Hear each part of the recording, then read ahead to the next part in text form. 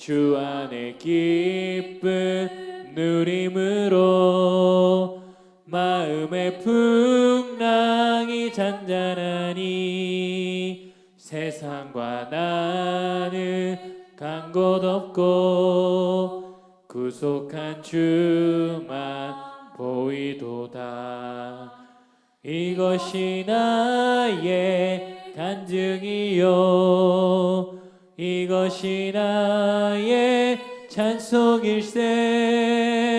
나 사는 동안 끊임없이 구주를 찬송하리로다. 이것이 나의 간증이요 이것이 나의 찬송일세.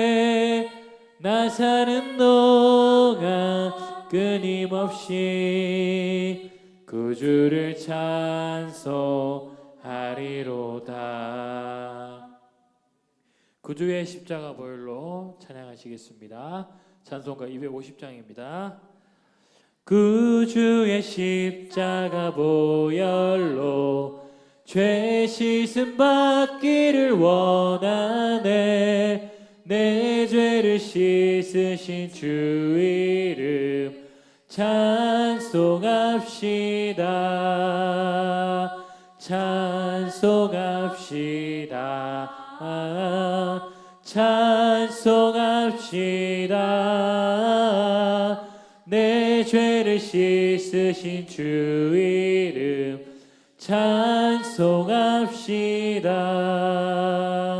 죄악을 속하여 주신 주 내 속에 들어와 계시네. 십자가 앞에서 주 이름 찬송합시다. 찬송합시다. 찬송합시다. 내 죄를 씻으신 주 이름 찬송합시다. 주 앞에 흐르는 생명수 날 씻어 정하게 하시네. 내 기쁨 정성을 다하여 찬송합시다. 찬송합시다. 찬송합시다. 내 죄를 씻으신 주 이름 찬송합시다. 내 주께 회개한 영혼을 생명수 가운데 젖었네. 흠없고 순전한 그 이름 찬송합시다. 찬송합시다. 찬송합시다. 내 죄를 씻으신 주 이름 찬송합시다. 내 주께 회개한 영혼을 생명수 가운데 젖었네. 흠없고 순전한 주 이름 찬송합시다. 찬송합시다. 찬송합시다. 내 죄를 씻으신 주 이름 우리 느리게 찬송합시다. 찬송합시다. 찬송합시다. 내 죄를 씻으신 주 이름 찬송합시다.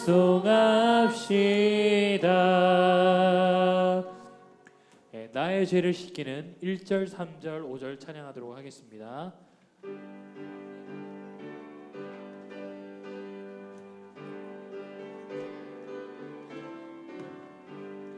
나의 죄를 씻기는 예수의 피밖에 없네.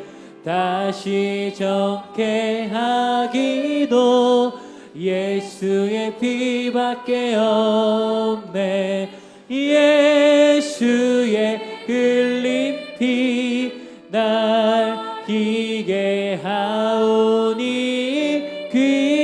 귀하고 귀하다. 예수의 피밖에 없네. 나의 죄 속하기는 예수의 피밖에 없네. 나는 공로 없으니 예수의 피밖에 없네. 예수의 흘린 피 날 희게 하오니 귀하고 귀하다. 예수의 피가 영원토록 내 할 말, 영원토록 내 할 말, 예수의 피밖에 없네. 나의 찬미 제목은 예수의 피밖에 없네. 예수의 흘린 피 날 희게 하오니 귀하고 귀하다.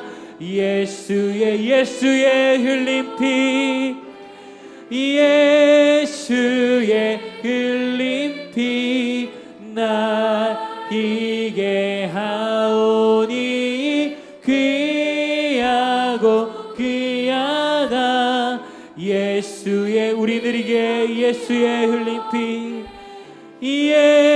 예수의 흘린 피 날 희게 하오니 귀하고 귀하다. 예수의 피밖에 없네. 네.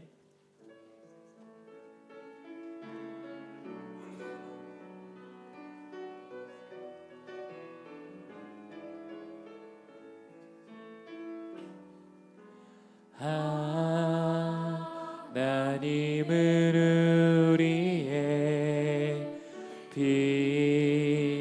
피난처가 되시며 환난 중에 우리의 힘.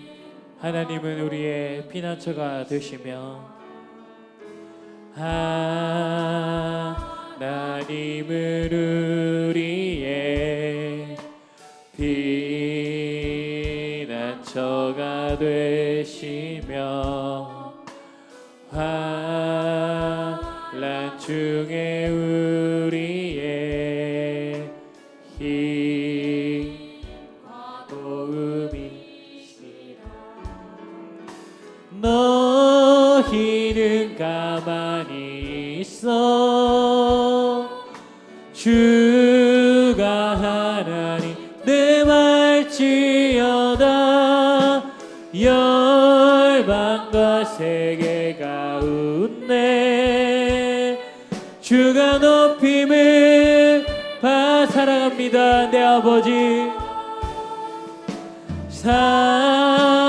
사랑합니다. 내 아버지 찬양합니다. 내 온 맘 다하여 선포합니다. 예수 그리스도 주님 오심을 기다. 너희는 가만히 있어.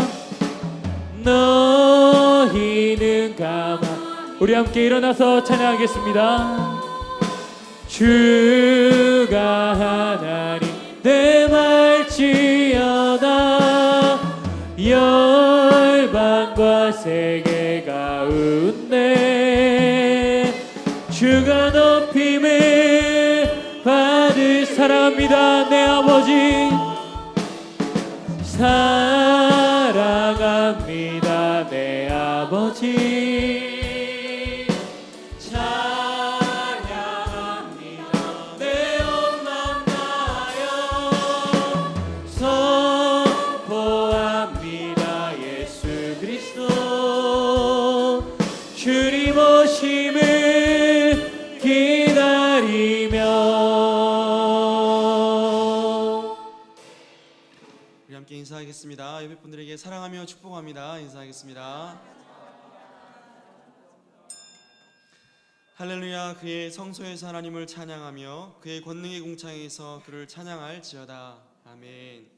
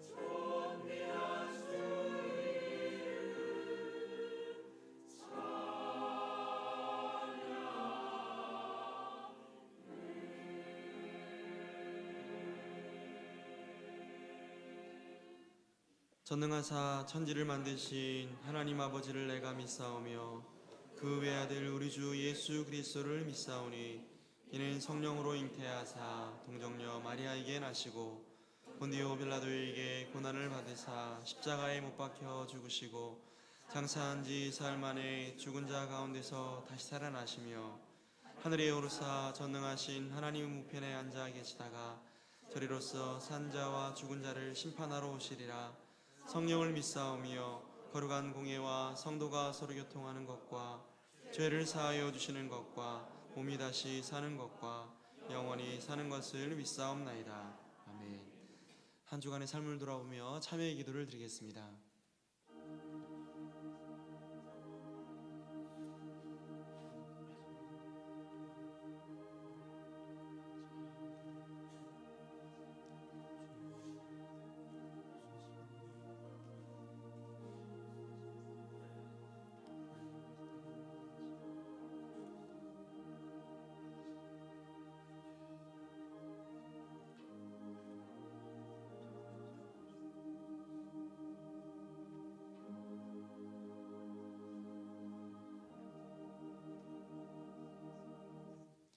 사제의 선언입니다. 만일 우리가 우리 죄를 자백하면 그는 미쁘시고 의로우사 우리 죄를 사하시며 우리를 모든 불의에서 깨끗하게 하실 것이요.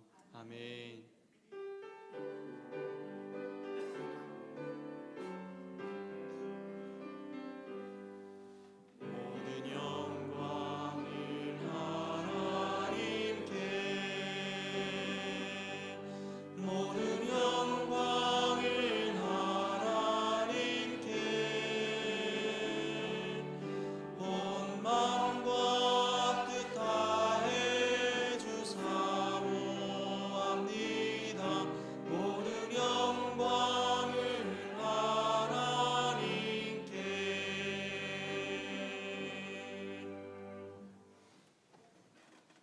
제1은 너는 나 외에는 다른 신들을 내게 두지 말라.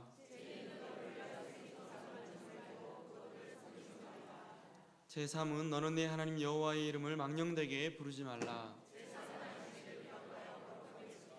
제5는 내 부모를 공경하라. 제7은 간음하지 말라. 제9는 내 이웃에 대하여 거짓 증거하지 말라.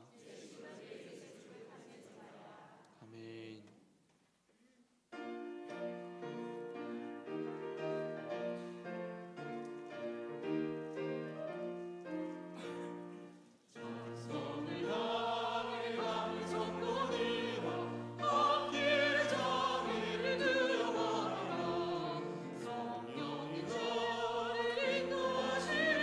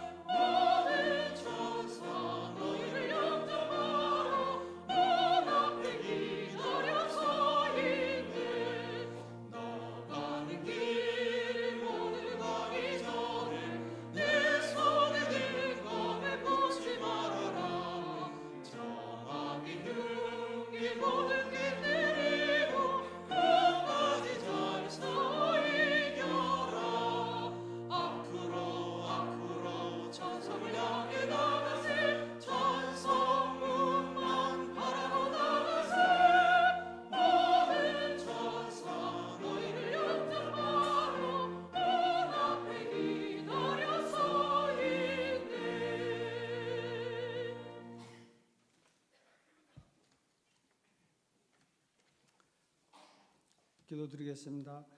저희를 창조하시고 새롭게 하시며 소명을 주시는 하나님, 저희가 주님의 모습대로 지어졌으므로 그 능력에 따라 온전케 하시고 죄에서 자유하는 그리스도의 능력 안에서 새로운 피조물이 되게 하시오며 성령의 인도하심을 따라 날마다 사명을 감당하는 저희들 되게 하여 주옵소서. 지난 한 주간 동안 저희들의 주님 품 안에서 지키시며 편히 쉬게 해주시고 시험과 새 희망을 가지고 새 날을 맞이하게 하여 허락하시옵소서. 저희들을 재촉하셔서 이 주일에 아침에 모두가 주님의 거룩한 전에 나와서 기도하고 예배드리게 하여 주심을 감사드립니다. 은혜의 하나님, 그러나 저희들 아직도 죄에 끌려 주님께 복종하지 못하고 있사옵나이다. 세상의 쾌락을 위해서는 한없는 애착을 가지고 있사오나 영적인 일과 영혼을 위해서는 너무나 나태합니다. 세상에 아니한 일만 추구하고 주님께 엎드려 기도하는 데는 게으르며 주님께 내 자신의 마음을 하나님께 순종하며 지키는 데는 매우 활발하고 원활하였으나 남을 위해서 복음을 인도하는 데는 너무나 나태하였습니다. 저희들을 불쌍히 여겨서 용서하여 주시옵소서. 주님의 공로를 의지하여 주님의 형상대로 변화되게 이끌어 주시옵소서. 거룩하신 아버지 하나님, 저희들의 영과 육을 당신께 맡아 주관하시고 저희들의 영혼을 건강하게 하여 주시옵소서. 당신이 등불이 되게 하여 주시옵소서. 저희들이 육신을 축복뿐만 아니라 영혼의 축복을 간구하는 기도를 쉬지 않게 도와주시옵소서. 저희 교회 표가 주님을 기쁘시게 하는 교회, 한 영혼을 살리는 교회 되게 하여 주시옵소서. 김종규 담임 목사님을 건강 허락하여 주셨고 늘 감사하는 마음으로 살아갈 수 있도록 도와주시옵소서. 환일교회 보이지 않는 곳에서 수고하시는 모든 성도님들을 복의 근원이 되게 하여 주시옵소서. 가정의 문제, 사업의 문제, 신앙의 문제로 고민하여 아뢰는 기도들을 주님께서 응답해 주시옵고 크신 축복을 내려 주시옵소서. 오늘 말씀을 전하시는 최성민 목사님께 말씀의 능력을 더하셔서 듣는 저희들은 은혜가 되게 하여 주시옵소서. 시온 찬양대 찬양을 드리는 찬양대 한 분 한 분들을 정말 복의 근원이 되게 하여 주시옵소서. 오늘 이 예배가 감사와 찬양이 넘치는 예배가 되도록 주님께서 친히 주장하여 주시옵소서. 예배의 시종을 주님께 의탁하오며 예수 그리스도의 이름으로 기도드렸습니다. 아멘.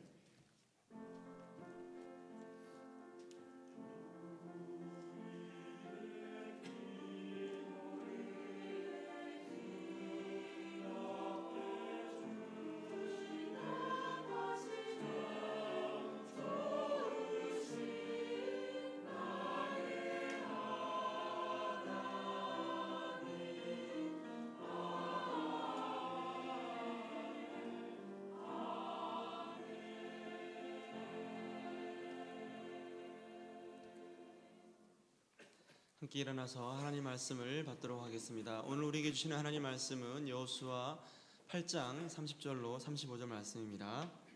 말씀을 제가 봉독에 올리겠습니다. 그때에 여호수아가 이스라엘의 하나님 여호와를 위하여 에발산에 한 제단을 쌓았으니 이는 여호와의 종 모세가 이스라엘 자손에게 명령한 것과 모세의 율법책에 기록된 대로 쇠 연장으로 다듬지 아니한 새 돌로 만든 제단이라. 무리가 여호와께 번제물과 화목제물을 그 위에 드렸으며 여호수아가 거기서 모세가 기록한 율법을 이스라엘 자손의 목전에서 그 돌에 기록하매 온 이스라엘과 그 장로들과 관리들과 재판장들과 본토인뿐 아니라 이방인까지 여호와의 언약궤를 맨 레위 사람 제사장들 앞에서 궤의 좌우에 서되 절반은 그리심산 앞에 절반은 에발산 앞에 섰으니 이는 전에 여호와의 종 모세가 이스라엘 백성에게 축복하라고 명령한 대로 함이라. 그 후에 여호수아가 율법책에 기록된 모든 것대로 축복과 저주하는 율법의 모든 말씀을 낭독하였으니 모세가 명령한 것은 여호수아가 이스라엘 온 회중과 여자들과 아이와 그들 중에 동행하는 거류민들 앞에서 낭독하지 아니한 말이 하나도 없었더라. 아멘.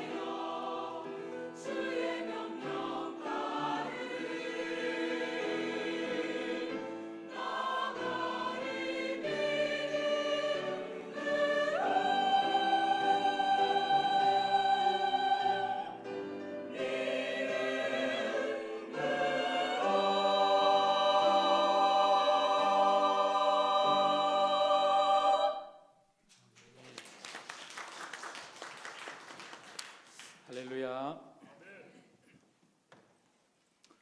이스라엘 사람들이 2000년 가까이 나라 없이 정처 없이 떠돌다가 근대에 들어서 중동에 나라를 다시 세우고 그 땅으로 돌아오기 시작했습니다. 2차 세계대전 이전에는 이들의 인구가 약 1800만 명 정도 되었었는데, 근데 나치의 홀로코스트로 약 1000만 명 정도로 줄어들었다가 지금은 최소 1400만 명에서 1600만 명 정도가 된다고 합니다. 그런데 이 중에서 현재 이스라엘 나라가 공식적으로 밝히고 있는 자국의 인구가 약 780만에서 한 800만 명 정도로 이렇게 추산을 하고 있습니다. 그러면 아직 1000만 명 가까운 유대인들이 전 세계에 흩어져서 아직도 나그네로 이렇게 살고 있는 것입니다.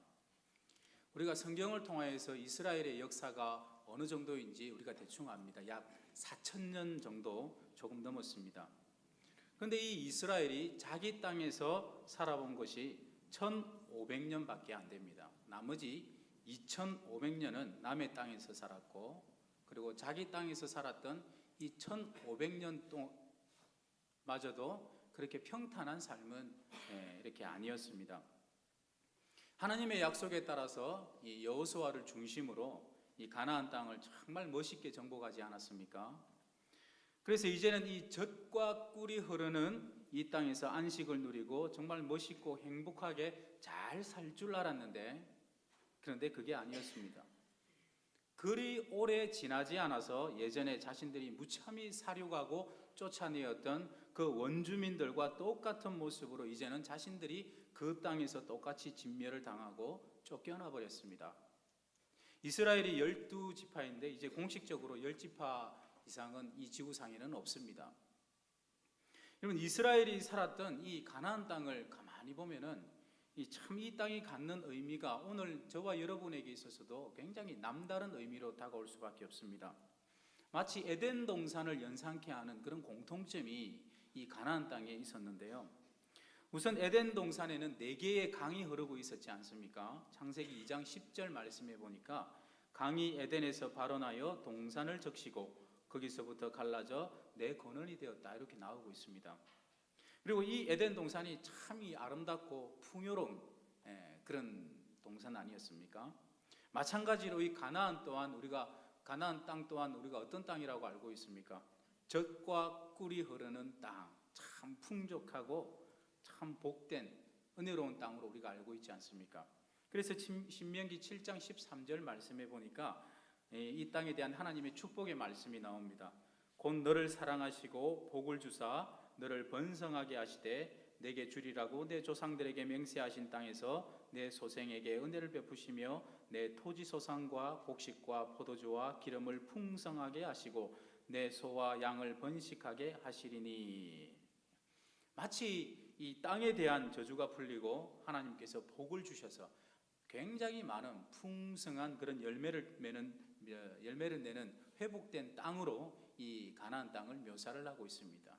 그렇기 때문에 어감상 이 가나안 땅이 에덴 동산과 참 많이 닮아 있습니다. 그것뿐만 아니라 지리적으로도 마찬가지입니다. 에덴 동산에 흐르는 강 중에 4번째 강이 유브라데입니다.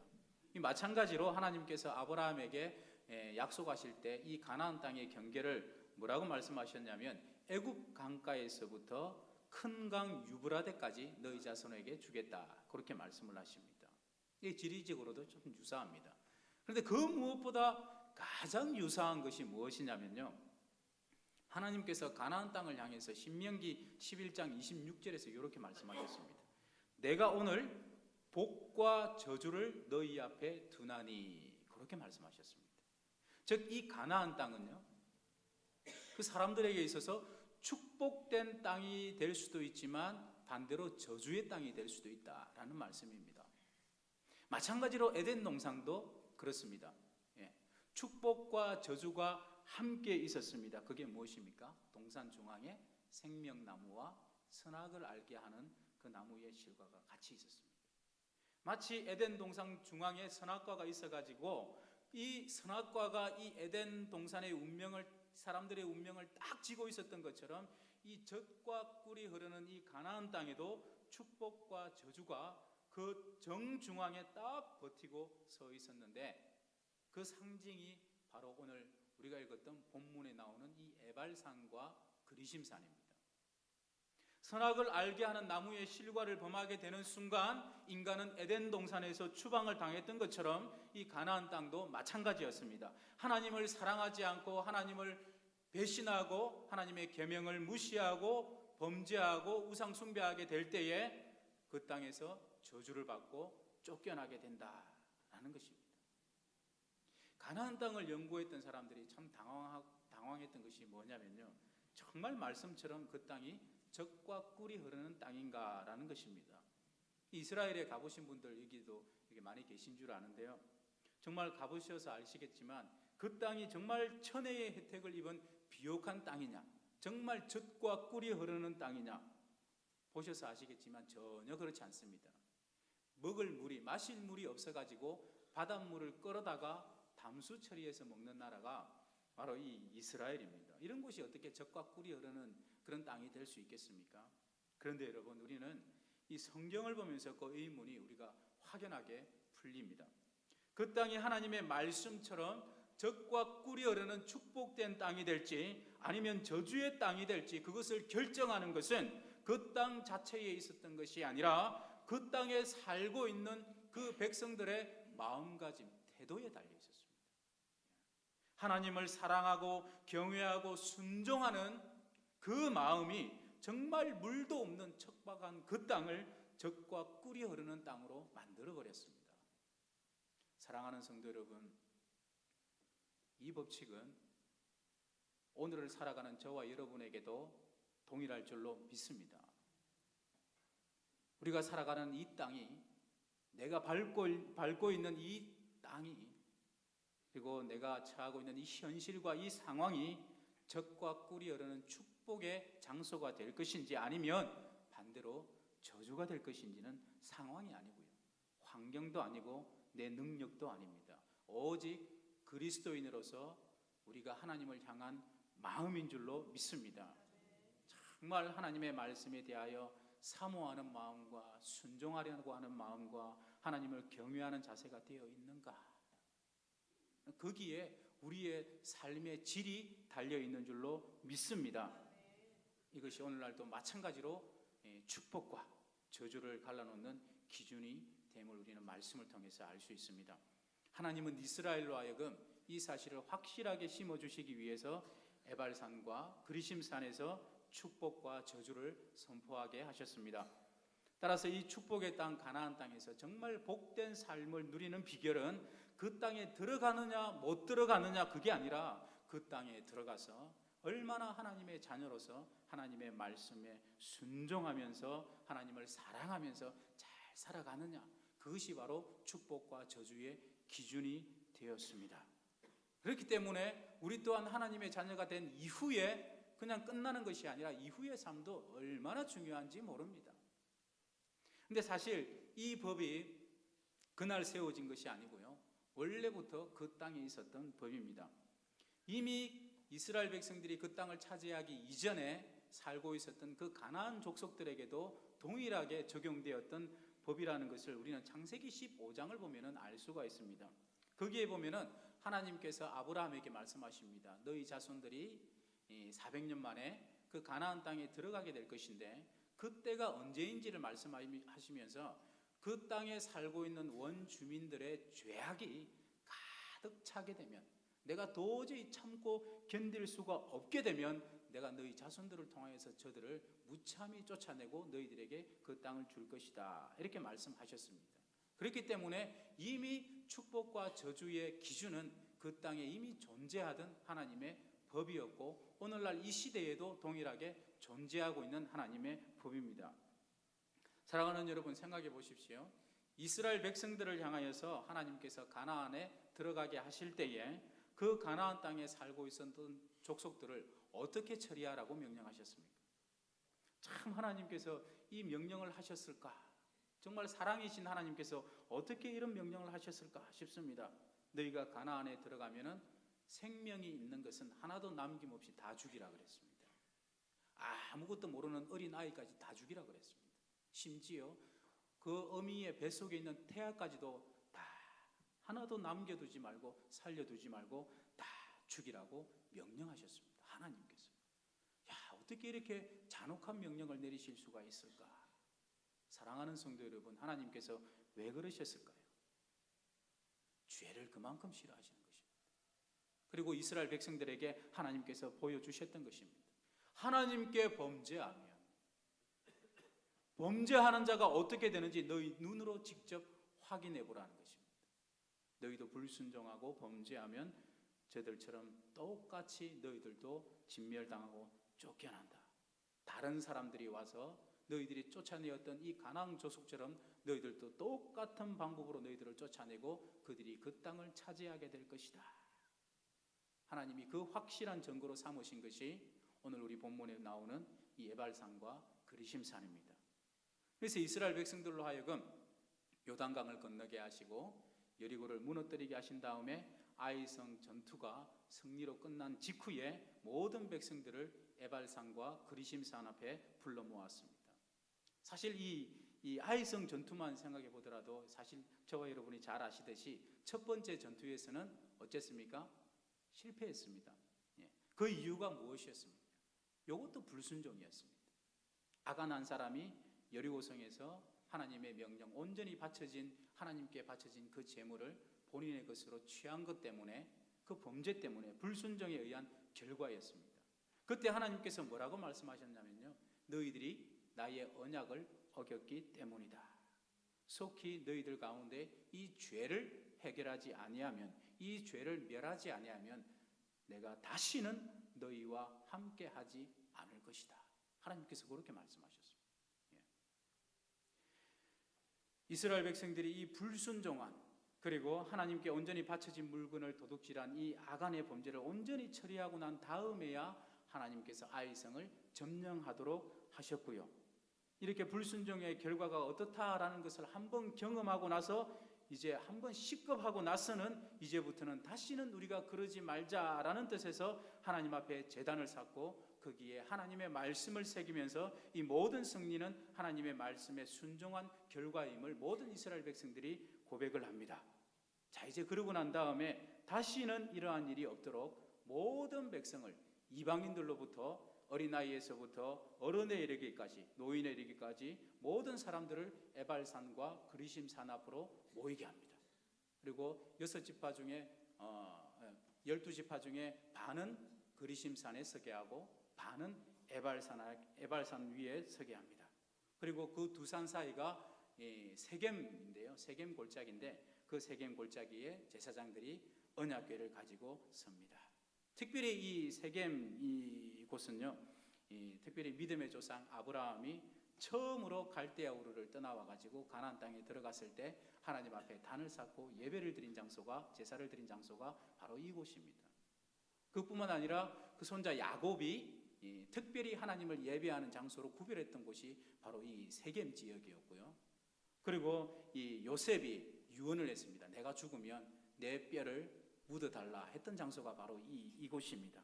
그리고 무엇보다 우리 예수님께서 그 사마리아 수가성 여인과 함께 말씀을 나누셨던 장소가 바로 이곳입니다. 바로 이곳을 향하여 온 백성들이 언약궤가 있는 그곳을 향하여 얼굴을 향하여 이렇게 주목했을 때 거기서 여호수아가 큰 소리로 하나님이 주신 축복과 저주의 말씀을 낭독했습니다.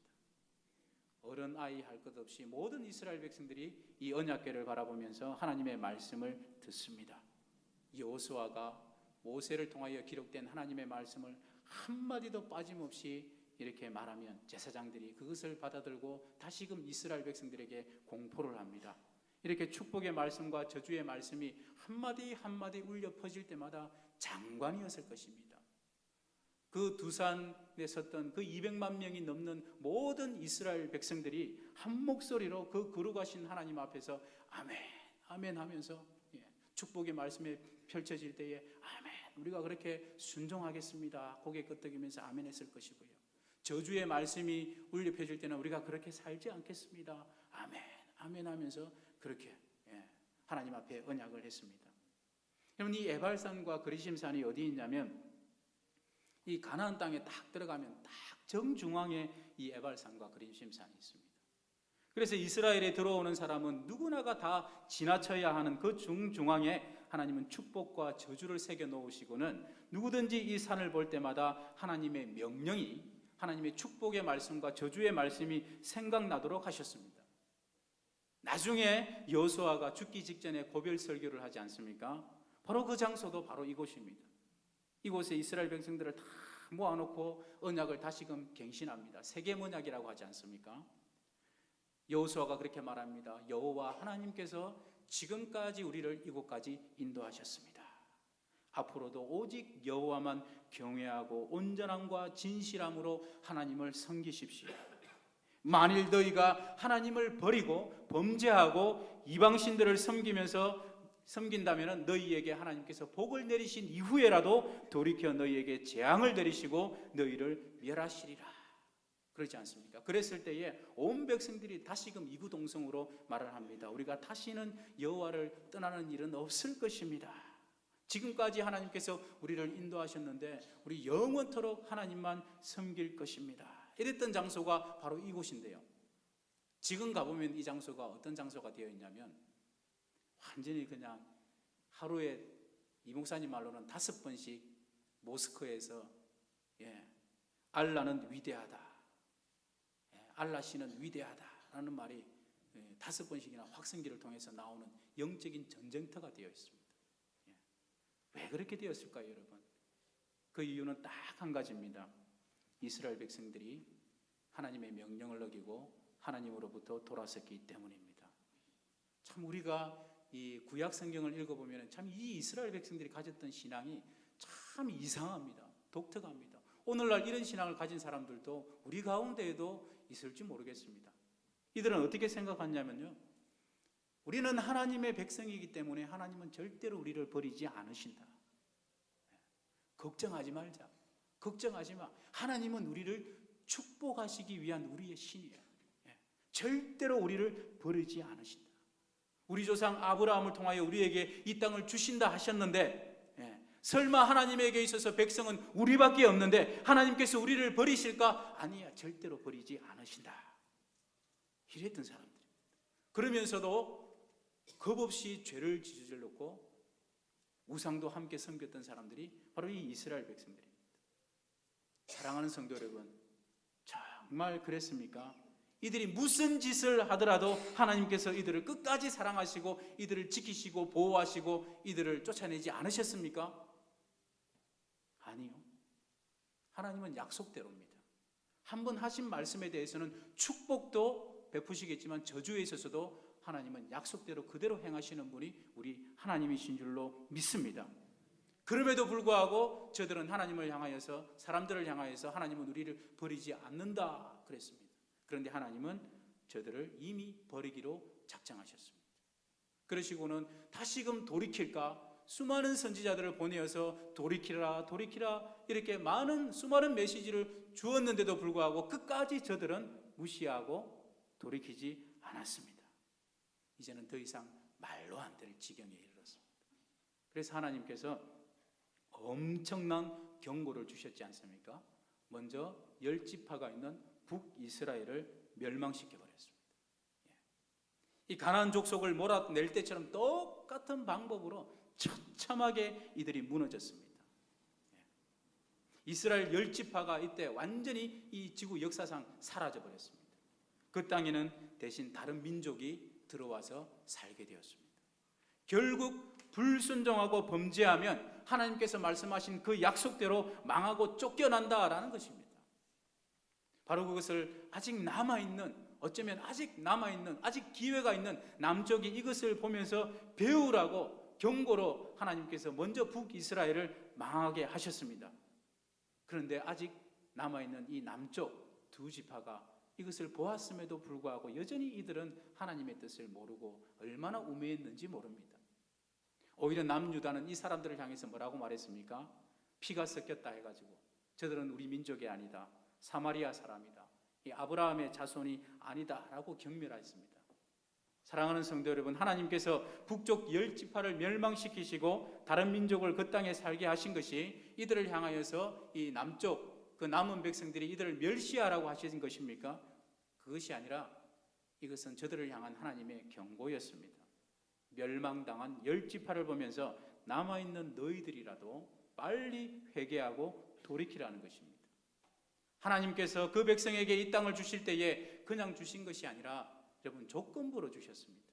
조건부입니다. 순종하면 거기서 축복된 삶을 누리면서 살게 될 것이고 반대로 범죄하면 쫓겨난다라는 것입니다. 사랑하는 성도 여러분, 하나님께서 그 땅을 이스라엘 백성들에게 주셨다가 다시금 빼앗고 쫓아버렸습니다. 얼마나 사랑했던 백성들인데요. 그럼에도 불구하고 하나님은 그 약속대로 그대로 이행하셨습니다. 바로 이 사건이 오늘날 저와 여러분에게 있어서 어떤 의미가 있는 것이고 또한 이 사건을 보면서 우리가 무엇을 깨달아야 되겠습니까? 어린 자녀를 가르칠 때에 우리가 아무리 설명을 해도 못 알아들으면 우리가 어떤 방법을 쓰냐면 저도 자주 쓰는 방법입니다. 말을 잘 들으면 좋아하는 것을 줍니다. 장난감을 줍니다. 그러다가 말 안 듣고 말썽을 피우면 줬던 것을 도로 빼앗아 버립니다. 자, 이 과정을 통해서 이 아이가 깨닫는 것이 뭐냐면 내가 하는 행동이 잘못된 것이구나 라는 것을 깨닫습니다. 제가 왜 이런 방법을 쓰냐면은 이 아이로 하여금 이 좋은 훈련을 잘 시켜가지고 나중에 정말 괜찮은 사람이 되게 하기 위해서, 정말 성공된, 정말 하나님의 자녀로서 정말 복된 삶을 누리게 하기 위한 방법으로서 조금 비겁한 방법이지만 이런 방법을 쓰는 것이거든요. 말하자면 이런 것입니다. 하나님께서 이스라엘 백성들에게 순종하면 이 땅을 주시겠다 이렇게 하셨지만 하나님께서 정말 이들에게 주시고자 했던 땅은요, 이 작은 땅이 아닙니다. 이 가나안 땅은 정말 이들에게 훈련의 장소입니다. 훈련의 장소. 너희들이 이 땅에서 내 말에 대해서 순종하고 나를 사랑하고 이방신을 섬기지 않고 범죄하지 않고 내 명령대로 잘 살아간다면 지금 너희들에게 준 이 땅은 그냥 어떻게 보면 본복이고 나중에 정말 하나님께서 준비하신 것이 있다라는 것입니다. 그게 무엇인지는, 진짜 복이 무엇인지는 우리 하나님께서 예수 그리스도를 통해서 드러내셨습니다. 이 땅에 오셔서 우리 주님께서 제일 먼저 선포하신 말씀이 뭐냐면 회개하라. 뭐가 가까웠다고요? 천국이 가까웠다. 회개하라. 천국이 가까웠다. 구약은 땅에 대한 개념이 쫙 이어지고 있죠. 근데 예수님께서는 회개하라, 이 땅을 주겠다라는 것이 아니라 회개하라, 천국이 가까웠다 이렇게 말씀을 하십니다. 구약은 계속해서 땅 이야기였는데 너희가 순종하면 거기에서 살게 될 것이고 거역하면 쫓겨난다였는데 신약으로 오면서 메시지가 예수님을 통하여서 이렇게 바뀌게 되는 거죠. 그런데 여러분 가만히 보면은 예수님께서는 땅에 대한 이야기를 한 번도 하신 적이 없습니다. 모든 신약 성경도 마찬가지입니다. 자, 그렇다면 이 구약의 메시지와 신약의 메시지가 다른 것인가, 어떻게 변한 것인가 이렇게 생각할 수도 있는데 그렇지 않습니다. 그것은 메시지가 변한 것이 아니라 처음부터 우리 하나님께서 의도하신 것이 뭐냐면 하나님께서 그 백성들을 향하여서 너희들이 순종하면 너희가 이 땅을 차지한다 하셨을 때 사실 그 땅이 눈에 보이는 이 땅이 아니었습니다. 구약의 땅과 이 신약의 천국을 연결하는 결정적인 말씀이 있는데요. 바로 팔복의 말씀 아닙니까? 마태복음 5장 5절에 보면은 온유한 자는 복이 있나니 그들이 땅을 기업으로 받을 것이요 이렇게 나오고 있습니다. 여기서 말하는 땅이요, 우리 눈에 보이는 이런 땅을 말하는 것이 아닙니다. 궁극적으로는 바로 천국을 말하는 것이, 하나님 나라를 말하는 것입니다. 이 마태복음 5장 5절 말씀과 굉장히 아주 정확한 같은 뜻을 가진 말씀이 바로 위에 있는 5장 3절 말씀 아닙니까? 심령이 가난한 자는 복이 있나니 천국이 저희 것임이요. 어떻게 보면 두 개 다 일치하는 그런 말씀입니다. 심령이 가난한 자가 바로 온유한 자고 땅을 차지한다라는 것이 바로 천국을 얻는다라는 것입니다. 따라서 이스라엘 백성들에게 주어졌던 그 가나안 땅이 가진 궁극적인 의미가 무엇인가?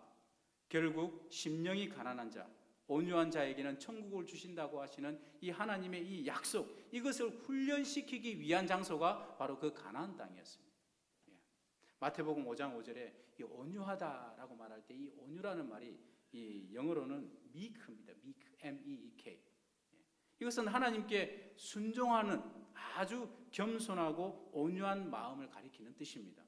겸손한 마음으로 하나님의 법을 사랑하고 마음으로 복종하고 순종하는 것을 뜻하는 것입니다. 이것을 연습하는 장소가 바로 그 가나안 땅이었습니다. 그 이상도 그 이하도 아니었습니다. 그런데 유대인들은 정말 말도 안 되는 그런 명분을 내세워가지고 어떻게 했습니까? 2000년 전에 잃어버렸던 나라를 다시금 저들이 빼앗아 버렸지 않습니까? 여러분 생각해 보시기 바랍니다. 무려 2000년 동안이나 그 땅에 뿌리를 내리고 살고 있었던 사람들이 있었는데, 그러면 과연 그 땅이 누구 땅입니까? 이 땅이 여전히 이스라엘 백성들의 땅입니까? 아니면 이미 2000년 이상이나 그 땅에 터전을 이루고 살고 있었던 그 사람들의 땅입니까? 어떻게 보면 그 사람들의 땅 아닙니까? 그런데 이 이스라엘로 인해 가지고 이제는 엉뚱한 사람들이 국제 난민이 되어 버렸습니다. 520만 명이 넘는 숫자가 뭐 가자지구, 요르단, 쿠웨이트, 사우디아라비아, 뭐 시리아, 이집트, 이 사람들이 이렇게 난민이 되어 가지고 지금 또 이 유대인들을 원망하면서 저주하면서 살아가고 있습니다. 1977년에 이스라엘의 백인 수상이 수상 연설을 하는데 이렇게 합니다. 우리가 외국 사람의 땅을 차지하고 있다니 천만의 말씀입니다. 우리는 우리 조국에 돌아왔을 뿐입니다. 우리 민족과 팔레스타인 땅은 영원히 연결되어 있습니다. 바로 이곳에서 우리의 선지자들이 거룩한 말씀을 전해주셨고 그 말씀은 오늘날에도 우리에게 들려오며 이 예루살렘의 성벽 속에서 울리고 있습니다. 옛날 유대 임금 이스라엘의 왕들이 이곳을 통치하셨습니다. 우리는 이 땅에서 무력에 의해서 폭력에 의해서 쫓겨났고 쫓겨나 있는 동안 우리는 단 하루도 이 땅을 잊은 적이 없습니다. 우리가 시온에 돌아온 것은 우리의 조국에 돌아온 것이고 이것은 우리의 권리입니다. 이렇게 수상 연설을 했거든요. 여러분, 이 말이 맞는 말입니까? 틀린 말입니까? 엄청난 착각입니다. AD 70년에 이스라엘의 로마 군대가 쳐들어와 가지고 이 예루살렘을 초토화시키고 유대인들을 그 땅에서 다 쫓아내 버렸습니다. 이 사실을 가리켜서 자신들은 부당해서 폭력에 의해서 이 땅에서 쫓겨났고 이제 다시 조국에 돌아왔고 이것은 우리의 권리다 이렇게 말을 하는데, 여러분 이게 맞는 말입니까? 이게 정말 이들이 부당하게 쫓겨났습니까? 이들을 쫓아내신 분이 여러분 누굽니까? 이들을 쫓아내신 분이 바로 우리 하나님이십니다. 하나님. 백인 수상의 연설이 한 번 더 보면 이런 말도 합니다. 이제는 선지자들의 예언을 감히 덜먹입니다. 바로 이곳에서 우리의 선지자들이 거룩한 말씀을 전해주셨고 그 말씀이 지금도 우리의 귀에 쟁쟁하게 들려온다 그랬습니다. 그런데 여러분, 이 선지자들이 그들을 향해서, 그들의 조상들을 향해서 뭐라고 그랬습니까? 우리는 말씀을 통해서 알고 있습니다. 끊임없이 하나님께서 선지자들을 보내어가지고 이 패여간 족속들아, 그러고도 너희들이 하나님의 백성이냐 그렇게 책망을 했습니다. 당장 돌이키지 않으면 너희들은 이 땅에서 쫓겨난다, 이 땅에서 진멸당한다 그랬습니다. 잡혀간다 그랬습니다. 북이스라엘이 망할 때는 하나님께서 호세아 선지자 이 아모스를 보내어서 예언을 하셨고요. 그리고 남유다가 망할 때는 대표적으로 예레미야 선지자가 예언을 하지 않았습니까? 마지막으로 AD 70년에 로마에게 완전히 이들이 멸망당하고 쫓겨날 때에 그것을 예언하신 선지자가 누굽니까 여러분? 선지자 중에 선지자, 하나님의 아들이신 예수님께서 직접 예언하셨습니다. 마태복음 24장 2절 말씀에 보면은 내가 진실로 너희에게 이르노니 돌 하나도 돌 위에 남지 않고 다 무너뜨려지리라. 이 예언의 말씀은 디도 장군에 의해서 AD 70년에 그대로 이루어졌습니다. 하나님께서 그 땅에서 이들을 완전히 쫓아내버렸습니다. 바로 이것이 하나님의 결정이었습니다. 그런데 저들이 부당하게 쫓겨났다고요? 하나님께서 쫓아내버렸는데요. 2000년이 지난 오늘까지도 이 유대인들은 자신들의 행위를 반성하지 않습니다. 예수님을 십자가에 못 박아놓고는 조금도 잘못이라고 생각하지 않습니다. 아직도 예수님을 부인하고 있고요. 왜 자신들이 이 땅에서 쫓겨났는지 아직도 모르고 회개할 마음도 전혀 없습니다. 이들이 한때는 하나님의 사랑하는 백성들이었지만 이제는 버림받은 자들이 되었고 이단 중에도 아주 악한 이단들이 되어 있습니다. 이 사람들이 왜 이렇게 되었겠습니까? 왜 이 사람들이 예수님을 영접하지 않고 그 땅에서 버림을 받았나? 그 이유를 예수님께서 정확하게 지적을 해주셨는데, 이 말씀은 오늘 저와 여러분도 함께 동일하게 받아야 될 말씀입니다. 요한복음 5장 44절에 보면 이렇게 말씀합니다. 너희가 서로 영광을 취하고 유일하신 하나님께로부터 오는 영광은 구하지 아니하니 어찌 나를 믿을 수 있느냐. 근본적인 문제가 어디에 있었는가? 왜 예수님이 오셨지만 저들이 예수님을 영접하지 않고 부인을 하고 그러할 때 저들이 그 땅에서 버림을 받았는가? 캐보니까 거기에서 무엇이 나왔냐면 바로 자기 사랑이 튀어나왔습니다. 자기 영광이 튀어나왔습니다. 유대인이라는 이 이름 자체가 하나님을 찬양하는 것입니다. 하나님께 영광을 올린다라는 뜻인데, 이 사람들은 하나님의 영광을 위해 산 사람들이 아니라 오로지 자기의 영광을 위해서만 산 사람들입니다. 그렇기 때문에 하나님을 섬기는 행위 자체도 결국은 내가 잘되고 내가 성공하기 위해서, 내가 좀 더 잘 살기 위해서, 내가 좀 더 올라가기 위해서, 결국은 하나님은 자신의 영광을 위한 수단에 불과했습니다. 그러다 보니 스스로 교만해지고 높아져서 항상 높은 자리에 있고 싶어 했고, 기도할 때도 모든 사람들이 보는 거리에 나서서 내가 이렇게 기도한다, 교만해졌던 사람들이 바로 이 사람들이 되었습니다. 여러분, 이 마음이 사람의 영혼에 얼마나 치명적인 것인지 모릅니다. 오늘날 이 시대에 신앙생활 하는 사람들 가운데에서도 분명 있는 줄로 압니다. 하나님의 영광을 위해서 사는 사람들이 아니라 나의 영광을 위해서 사는 사람들이에요. 하나님 앞에 나와 기도하고 예배도 하지만 하나님이 나의 삶을 위한 수단이 되어 있는 사람들이 참 많습니다. 때때로 저의 모습을 보면서도 나 또한 그러지 아니한가, 그렇게 저의 모습을 돌아볼 때도 참 많습니다. 사랑하는 성도 여러분, 정말 우리의 모습을 돌아보게 하고 정말 우리를 부끄럽게 하는 것이 바로 하나님의 말씀입니다. 하나님의 말씀이 우리에게 들려올 때는 우리가 우리의 죄를 깨닫게 됩니다. 죄를 드러냅니다. 사랑하고 존경하는 전도사님이 말씀을 보시다가 그 말씀을 통하여서 자신의 모습이 얼마나 죄악된 수검댕이 같은 모습인지 보시면서 소스라쳤다고 하는 이야기를 이번 주에 들었습니다. 사랑하는 성도 여러분, 하나님께서 선지자들을 통해서 하나님의 말씀을 선포하면 심령이 가난한 자, 겸손한 자, 온유한 자들은 그 말씀을 듣고 부끄러워할 줄 압니다. 얼굴을 못 듭니다. 뉘우칩니다. 하나님 부끄럽습니다. 제 모습이 이렇습니다. 지금까지 제가 정말 저의 영광만 위해서 살았습니다. 이렇게 부끄러워할 줄 압니다. 그런데 여러분, 자기 영광을 위해서 살아가는 사람들은 이것을 못 견뎌야 합니다. 내가 뭘 잘못했는가? 내가 얼마나 괜찮은 사람인데, 내가 교회에서 얼마나 한 일이 많은데 감히 나에게 저런 말을 할 수 있는가? 왜 나에게 책망하는가? 이 책망을 받아들이지 못합니다. 바로 이것이 예수님을 향하여 이스라엘이 가졌던 태도였습니다. 사랑하는 여러분, 왜 예수님께서 겸손한 자, 심령이 가난한 자, 온유한 자만이 천국을 차지한다 그렇게 말씀하셨겠습니까? 이유가 무엇이겠습니까? 왜냐하면 심령이 가난해야, 겸손해야, 온유해야 선지자의 음성에 귀를 기울이고 듣기 때문에 그렇습니다. 돌이키기 때문에 그렇습니다. 지금 팔레스타인 땅은 더 이상 의미가 없습니다. 그러나 아직도 그 땅에 에발산과 그리심산은 여전히 그대로 있습니다. 그리고 그 두 산의 원리는 지금도 살아서 우리에게 하나님의 원리와 말씀을 전하고 있습니다. 순종하는 자는 하나님의 나라에 들어가게 될 것이고, 불순종하고 범죄하는 자는 쫓겨나게 될 것이다. 이것입니다. 옛날 유대인들은 이 에발산과 그리심산에 있는 바로 그 땅에서 쫓겨난 북이스라엘 사람들을 보면서 그 메시지를 보지 못했습니다. 그 사람들이 그렇게 쫓겨난 것처럼 자기들 또한 불순종하고 범죄하면 똑같이 쫓겨날 것이라는 것을 모르고 그 경고를 받아들이지 않다가 결국은 그들 또한 쫓겨나 버리고 나라가 망했습니다.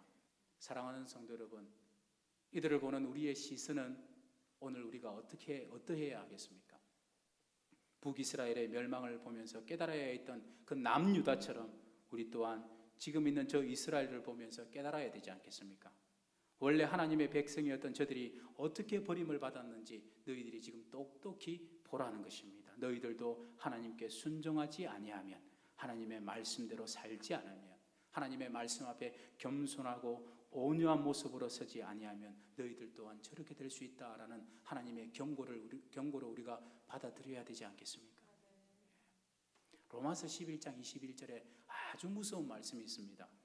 하나님이 원가지들도 아끼지 아니하셨은즉 너도 아끼지 아니하시리라.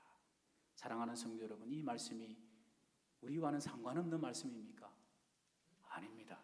어쩌면 이 경고의 말씀, 저와 여러분에게 오늘 주시고 있는 하나님의 말씀인 줄로 믿습니다.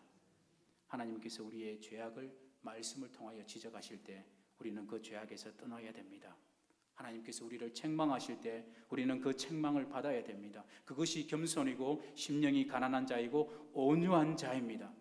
만약 우리 또한 이스라엘이 그랬던 것처럼 나 또한 하나님의 선택받은 자인데 하나님이 나에게 축복을 약속하셨는데 설마 하나님은 무조건 나를 사랑하시고 축복하실 거야, 내가 어떻게 생활하든지 괜찮을 거야, 잘 되게 하실 거야, 이렇게 신앙의 착각에 우리가 또한 빠져든다면 우리 또한 이스라엘 백성들처럼 똑같이 하나님 앞에 책망을 듣게 될 것인 줄로 믿습니다. 사랑하는 성도 여러분, 이스라엘 백성은 이제 우리에게 이 에발산과 그리심산입니다.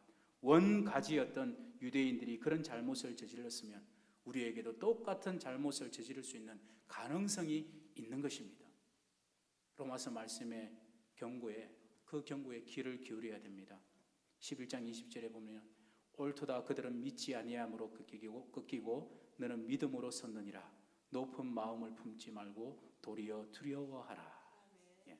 사랑하는 성도 여러분, 저 사람들은 안 믿었고 우리는 믿었습니다. 그래서 우리는 하나님의 자녀가 되었습니다. 그러니 우리가 어떻게 해야 됩니까? 어떻게 살아야 됩니까? 우리가 마땅히 어떤 마음을 취해야 됩니까? 높은 마음을 품지 말라. 높은 마음을 품지 말라. 교만해지지 말라. 높은 마음을 품으면, 교만해지면 절대로 하나님의 음성이 들리지 않습니다. 도리어 두려워하라. 두려워하라는 것입니다. 하나님의 음성을 들을 때에 두려운 마음으로 받으라라는 것입니다. 그래야 비로소 하나님의 말씀이 나에게 주시는 하나님의 음성으로 들리게 되어집니다. 사랑하는 성도 여러분, 절대로 찍히는 가지가 되어서는 안 됩니다. 절대로 안 됩니다. 우리 하늘교회 성도들 가운데 단 한 사람이라도 찍히는 가지가 되어서는 안 되겠습니다. 그러려면 절대로 우리가 높아지려고 하는 마음을 가져서는 안 됩니다. 나의 영광을 위해서 살려고 하는 마음을 가져서는 안 됩니다. 오직 하나님의 영광을 위해서 살아가시는 복된 성도님들 되시기를 간절히 소원합니다. 기도하겠습니다. 하나님 아버지, 이스라엘 역사를 통하여 하나님의 백성에게 향하신 하나님의 뜻을 드러내시고 그리고 그 교훈을 오늘 우리에게도 들려주시니 감사를 드립니다. 이스라엘이 그랬던 것처럼 우리 또한 신앙의 착각에 빠지지 않게 하시고 언제나 겸손한 마음으로 온유한 마음으로 하나님의 말씀을 받으며 또한 그 말씀대로 살고자 노력하는 순종하는 우리 모든 우리 하늘의 성도들 될 수 있도록 도와주시옵소서.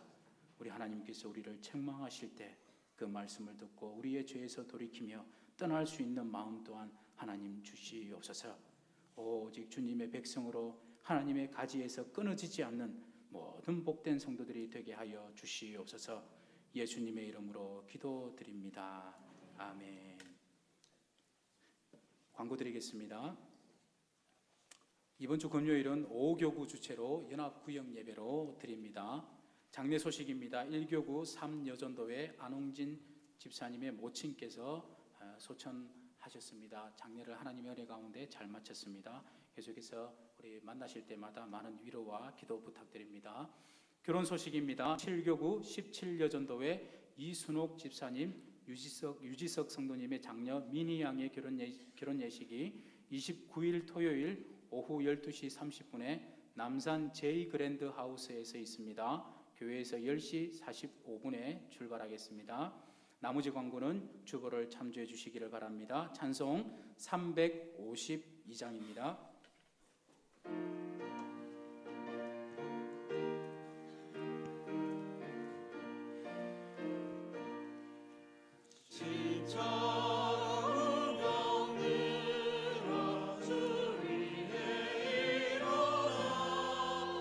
기대 없어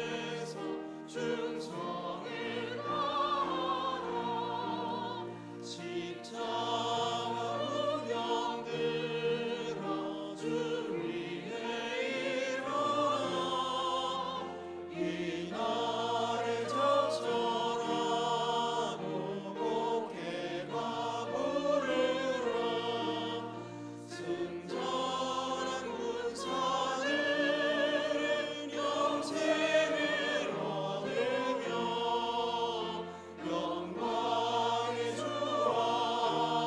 앞에 왕노를 따리라.